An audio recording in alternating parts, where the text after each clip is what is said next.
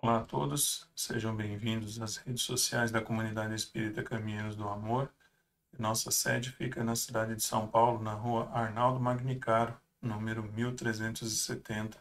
Estamos aqui mais uma vez para tentar trazer um pouquinho daquilo que compreendemos sobre o Evangelho segundo o Espiritismo. Para quem não me conhece ainda, nessa encarnação me chamo Devanir e faço parte do grupo de voluntários da Comunidade Espírita Caminhos do Amor. A nossa sede já está com todas as suas atividades presenciais e vem para cá, vem conosco, né? Nós temos as nossas palestras, né, todos os dias da semana, grupo de estudos e outras atividades sociais que nos permitem colocar em prática, né, a caridade. A gente tem que colocar o amor em ação, né, a nossa condição de evolução espiritual. Nós aprendemos com a doutrina dos Espíritos e colocar em prática aquilo que nós tivemos a oportunidade de aprender. Mais uma vez, rogamos ao Pai de infinita misericórdia o amparo a todos nós, que Jesus possa estar presente em nossos lares, reforçando mais uma vez a importância do Evangelho no lar, né? Estamos todos aí buscando cada vez mais ter mais equilíbrio dentro dos nossos lares. E aí a gente consegue isso trazendo Jesus para junto de nós, né? Se for necessário, busquemos aí aprender, né, o roteirinho para poder executar o Evangelho no lar, mas não deixemos passar esta oportunidade, né? Então, pedindo a Deus, na sua infinita misericórdia, que ampare a todos os lares, a todos aqueles que precisam.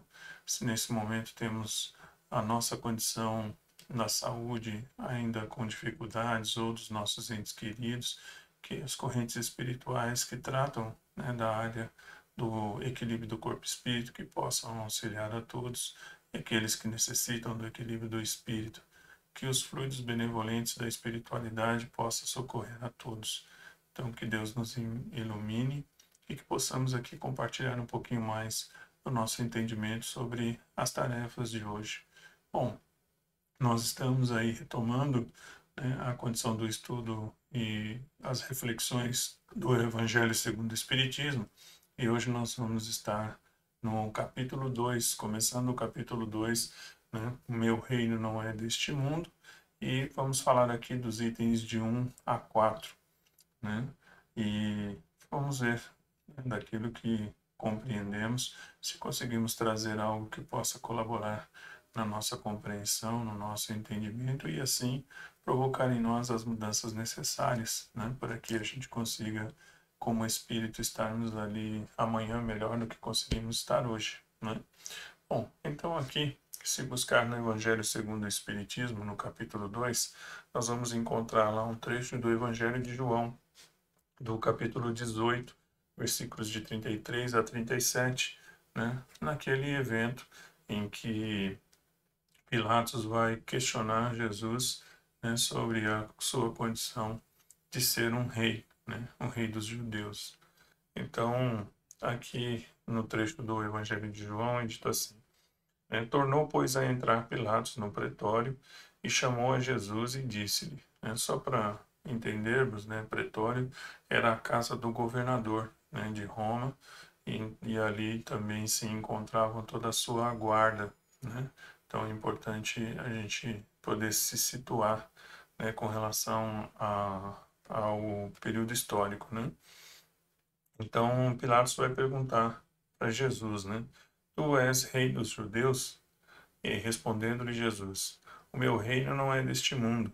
Se o meu reino fosse deste mundo, certo que os meus ministros haviam de pelejar para que eu não fosse entregue aos judeus. Mas, por agora, o meu reino não é daqui. E disse-lhe então Pilatos: Logo, tu és rei? E aí, respondendo Jesus: Tu o dizes que sou eu, rei. Eu não nasci, nem vim a este mundo, senão para dar testemunho da verdade. Todo aquele que é da verdade ouve a minha voz, né? Então é importante nós entendermos sobre essa condição, né, do que Jesus traz ali nesse diálogo, né? principalmente no meio espírita, espiritualista, né, a gente vai compreendendo essa condição do Cristo quando ele nos falava sobre a vida futura, né, sobre a condição da permanência, né, ou a continuidade da existência do Espírito. Então, nós já tivemos no meio espírita, nesse trabalho todo que Kardec fez com os espíritos amigos, todos aqueles que se reuniram para auxiliá-lo nessa obra, que nós pré-existimos, nós somos criados por Deus primeiro como seres espirituais, né, para depois, então, começarmos o nosso processo de evolução num corpo físico. Então, nós pré-existimos a essa matéria que nós ocupamos agora.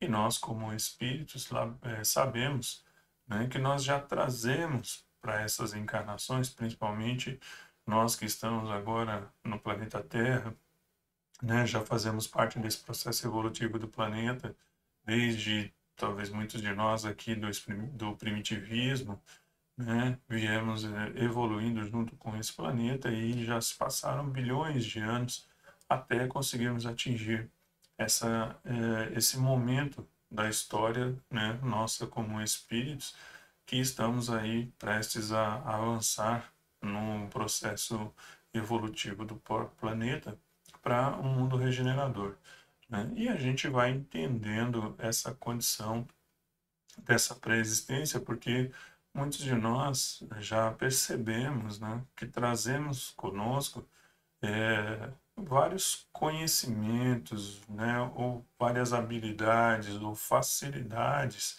que nós temos com relação ao desenvolvimento da nossa vida. Então, para essa existência, né, muitas vezes é liberado para nós determinados conhecimentos que vão nos ajudar no caminho que nós vamos trilhar. Também essa condição das provações, né, das dificuldades que nós encontramos e que nós não conseguimos ver nesta encarnação explicação para muitas das coisas que nós estamos vivendo, né? Então, quando se fala que o plantio é livre, né, e a colheita é obrigatória, se nós parássemos para viver o pensamento materialista, né, dizendo que todas essas condições estariam relacionadas à nossa evolução nesta única existência, então aquele que durante esse caminho, né, faz ali todo um esforço para ser bom, para ajudar ao próximo e tudo, e mesmo assim passa por turbulências, por dificuldades, ele acaba, né, muitas vezes perdendo a sua fé, a sua crença, porque ele não acha justo, né, estar passando por dificuldades, sendo que ele está, durante todo o seu processo reencarnatório, buscando fazer o bem para o próximo. Então, nisso que a gente trabalha esse ensinamento de Jesus, né? Confrontando com esse pensamento materialista, né? De que tudo acaba com a morte. E isso, né, leva muitas vezes a pessoa a um certo desespero para aqueles que não vão buscar a religiosidade, não vão buscar a compreensão, né, porque você imaginar que ali do berço, né, do seu nascimento até a sua morte, até o seu desencarne, né, ou do berço ao túmulo, como diz o nosso irmão Enoque, né, tendo um período, sabe-se lá, né, qual será esse período, porque uns vivem até uma idade bem avançada, outros ficam no meio do caminho, outros pouco depois do nascimento, né? Quando se pensa que há essa única existência, mas depois tudo se acaba, né? Bate uma certa insegurança, né? Um certo desespero. Muitas vezes a gente se apegado a essa condição do pensamento materialista, a gente se dispersa, né?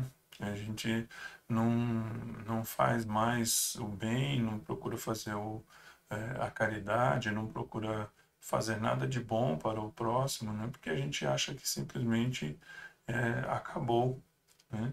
E aqui vamos recorrer uma das obras de Kardec, também, O Céu e o Inferno, né? Para quem tem a oportunidade de buscar, no capítulo primeiro da primeira parte, né? Tem lá, logo nos seus primeiros itens, o futuro e o nada, né? E aqui eu achei interessante a gente pegar um trecho, é o item 2 desse primeiro capítulo, né, que Kardec coloca aqui para a gente uma reflexão se nós ficássemos voltados para esse pensamento materialista de que a morte é o fim de tudo. E ele faz aqui uma observação muito importante, né? Ele coloca aqui para a gente: acreditando que o fim de tudo é o nada, o homem concentra forçosamente todo o seu pensamento na vida presente. Com efeito, não seria lógico preocupar-se com um futuro que não se espera. Essa preocupação exclusiva com o presente o leva naturalmente a pensar em si antes de tudo. É, portanto, o mais poderoso estimulante do egoísmo, e a incredulidade é consequente consigo mesma quando chega a esta conclusão. Gozemos enquanto vivemos, gozemos o mais possível, né? Desde que, após a morte, tudo está acabado. Gozemos logo, pois não sabemos quanto tempo isso vai durar. E também quando chega a esta outra conclusão, bastante grave para a sociedade. Gozemos de qualquer maneira, cada qual por si, que a felicidade neste mundo cabe sempre ao mais esperto. Se o respeito humano consegue deter alguns, que freio poderia segurar aqueles que nada têm? Eles dizem que a lei humana só protege os mal intencionados e por isso aplicam todo o seu talento aos meios de fraudá-la. Se existe uma doutrina malsã e antissocial, é seguramente essa do nada, pois que rompe os verdadeiros laços da sociedade e da fraternidade, fundamentos, desculpa, das relações sociais. Olha só o alerta importante que Kardec já fazia lá no século XIX, né, para a gente refletir sobre o quanto é perigoso esse pensamento e quanto destruidor é, né? E isso, né, para quem está vendo esse vídeo agora, né, nós passamos por um processo de grande aprendizado para a humanidade, né, que foi um processo de pandemia, né, pela Covid. Nesse momento, né, muitas pessoas não tendo outra saída, vamos dizer assim, ou um outro pensamento sobre uma continuidade da vida, se viram ali simplesmente, né, sem nenhuma expectativa de condição de vida, de continuidade, porque se viu nesse momento, né, uma condição de aniquilação imparcial. Então, não bastava ter muito dinheiro, porque aqueles que achavam, né, que a riqueza era tudo, que podia salvar, comprar saúde, comprar todas as coisas, percebeu que não, a sua riqueza não lhe salvaria dessa condição, né? Aqueles que achavam que os títulos poderiam lhe abrir as portas, né, dos mais perfeitos e mais importantes hospitais da face da terra, percebeu que os seus títulos também não valiam de nada, né? Então, aqueles que eram é, dominantes, né, que eram ali seres que se impunham, que achavam que a sua força iria te salvar e proteger de todas as coisas, também viu que nada valia ter toda aquela opulência ou toda aquela, né, aquela condição, né, de força e de poder que não iria salvá-lo. Então, o nada ficou muito claro para aqueles que não traziam consigo nenhuma condição de compreensão da vida após a morte, né? Da vida futura, da vida espiritual. Então, para eles, tudo ali se acabava naquele instante. Quer dizer, não nutriam nenhum pensamento né, batendo o desespero, né, eles não conseguiam nutrir nenhum pensamento de crença, de fé, de compreensão, né, e isso desequilibrou muita gente, né? Nós vimos uma grande parte da sociedade sofrer, né, brutalmente com esse pensamento. Então, a doutrina espírita vem trazer esta compreensão e este alerta, né, para que as pessoas consigam perceber que existe algo mais do que simplesmente um período entre o nascer e o morrer, né? A gente já percebe esta condição, né, de observar, né, numa criança já determinadas características, determinado comportamento, mostrando a sua individualidade, mostrando uma pré-existência, né, de algo, de algum conhecimento, de alguma condição de personalidade. A gente vai vendo isso ser trabalhado. Então, se fosse uma criação do nada, com destino ao nada, não faria sentido vê-la desenvolver determinadas coisas sem ter nem tido a oportunidade de aprender. Então fica meio conflitante essa condição. Então é importante a gente dar muita atenção a esse ensinamento de Jesus, né? Quando ele nos fala que tudo aquilo que ele veio trazer não estava ligado só àquela condição do tempo. Muito pelo contrário, né? Em muitos momentos ele alerta que ele falava de coisas que ainda para algumas pessoas seriam muito difíceis as compreensões, né? Seria muito difícil compreender tudo aquilo que ele estava trazendo se não fosse com esse pensamento para frente, com esse pensamento da condição, da continuidade do espírito. Porque, como foi dito na leitura do trecho do Céu e Inferno, né, se as pessoas não nutrirem nenhum pensamento de que o que ela está fazendo hoje, o esforço que ela está fazendo hoje, terá uma compensação, mesmo que não seja nesta vida, né, ela se desestimula, né? Se ela não conseguir compreender isso, ela não vai se esforçar para se modificar. Ele não vai se esforçar para ser bom.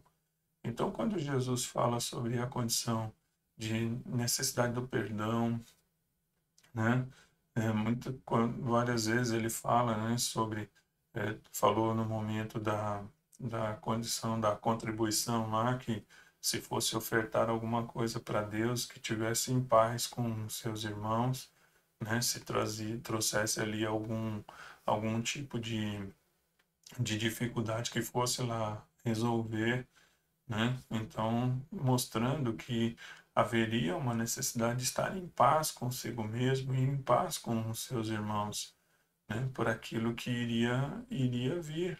Então, qual que é o objetivo de perdoar, de trabalhar o perdão, né?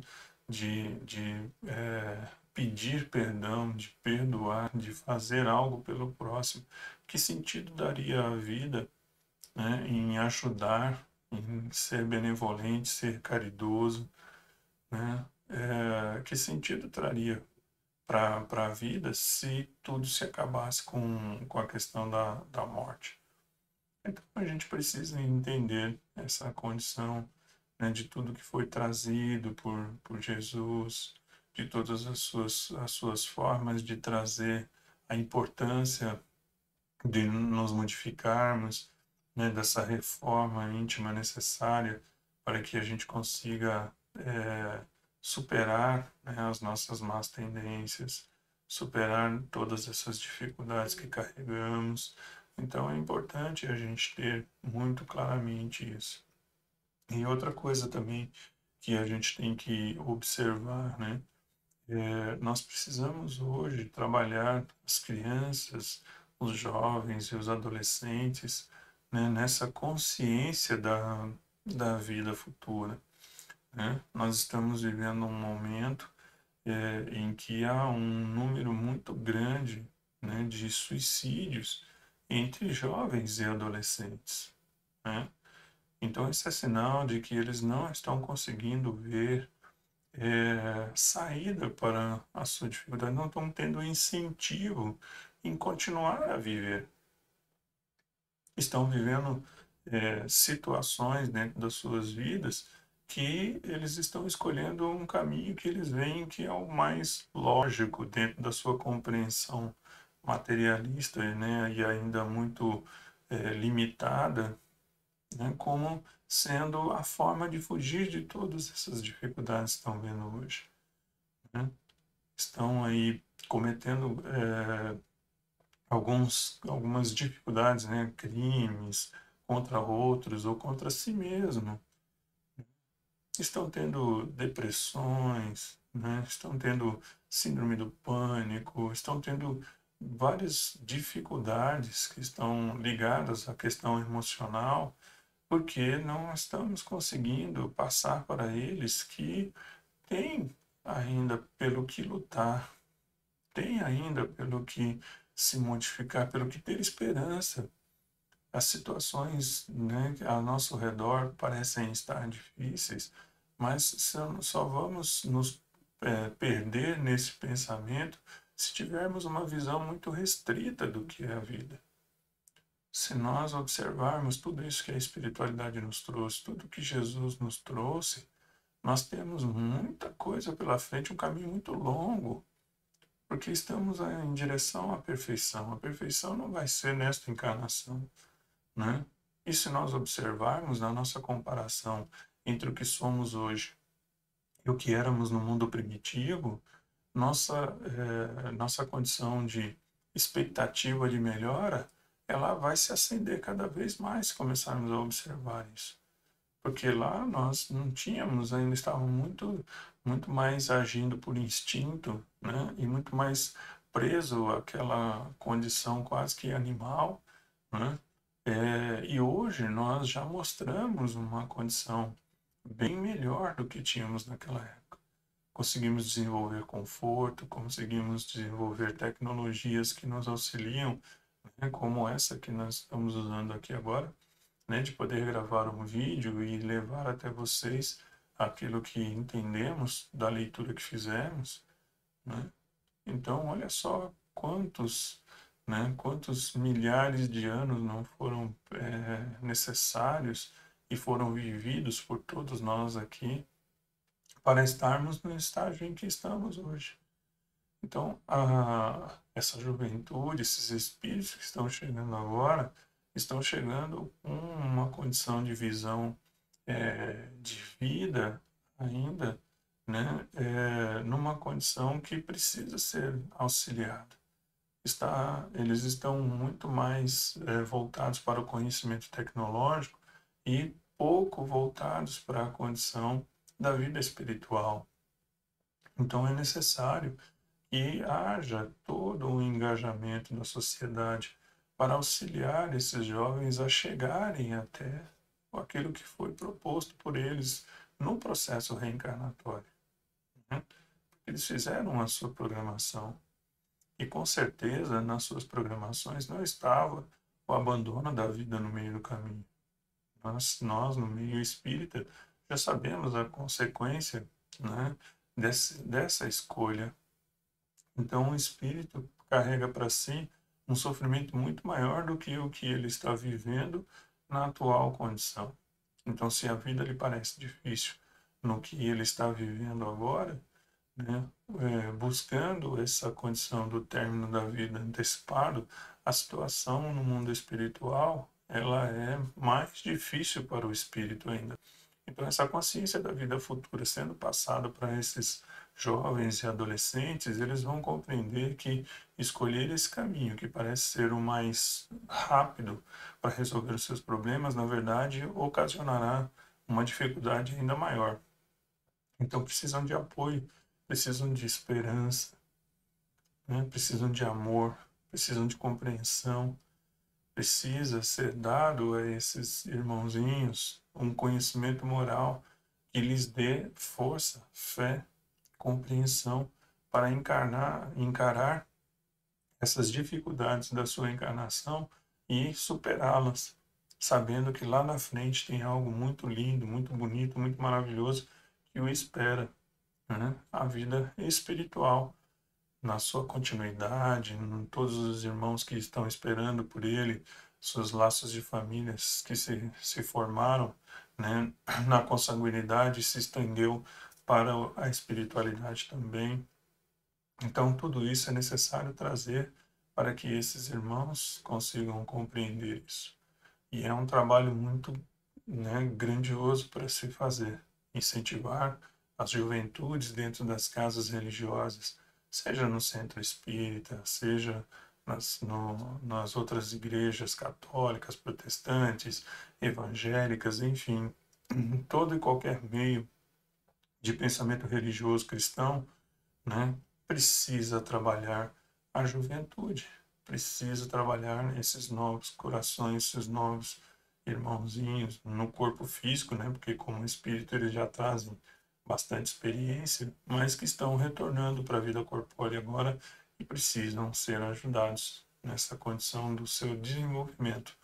É importante também a gente fazer uma outra reflexão para nós podermos fechar a nossa reflexão sobre esse tema. É importante nós começarmos a nos perguntar: estamos na religião ou a religião está em nós? Porque nós vimos o reflexo disso, voltando ao comentário sobre o período que passamos das provações da pandemia. Muitos irmãos que estavam atrelados a religiões, mas que só viviam na sua condição de teoria, né, se enfiando nas condições de conhecimento para dizer eu sei disso, eu sei daquilo, né, citando uma questão de um livro, citando ali um capítulo e versículo, citando trechos do Antigo Testamento, tudo de cor e salteado, ali na ponta da língua para poder saber que era detentor de grande conhecimento da religião. Mas foram alguns que conseguiram realmente viver a sua fé. Aqueles que pegaram todo esse conhecimento, que foram buscar na religião e trouxeram para dentro de si para serem vividos, não ficaram só acumulando nas bocas para se lançar ao público, para que todos pudessem vangloriar-nos. É necessário que esse ensinamento, primeiro, atinja a nós.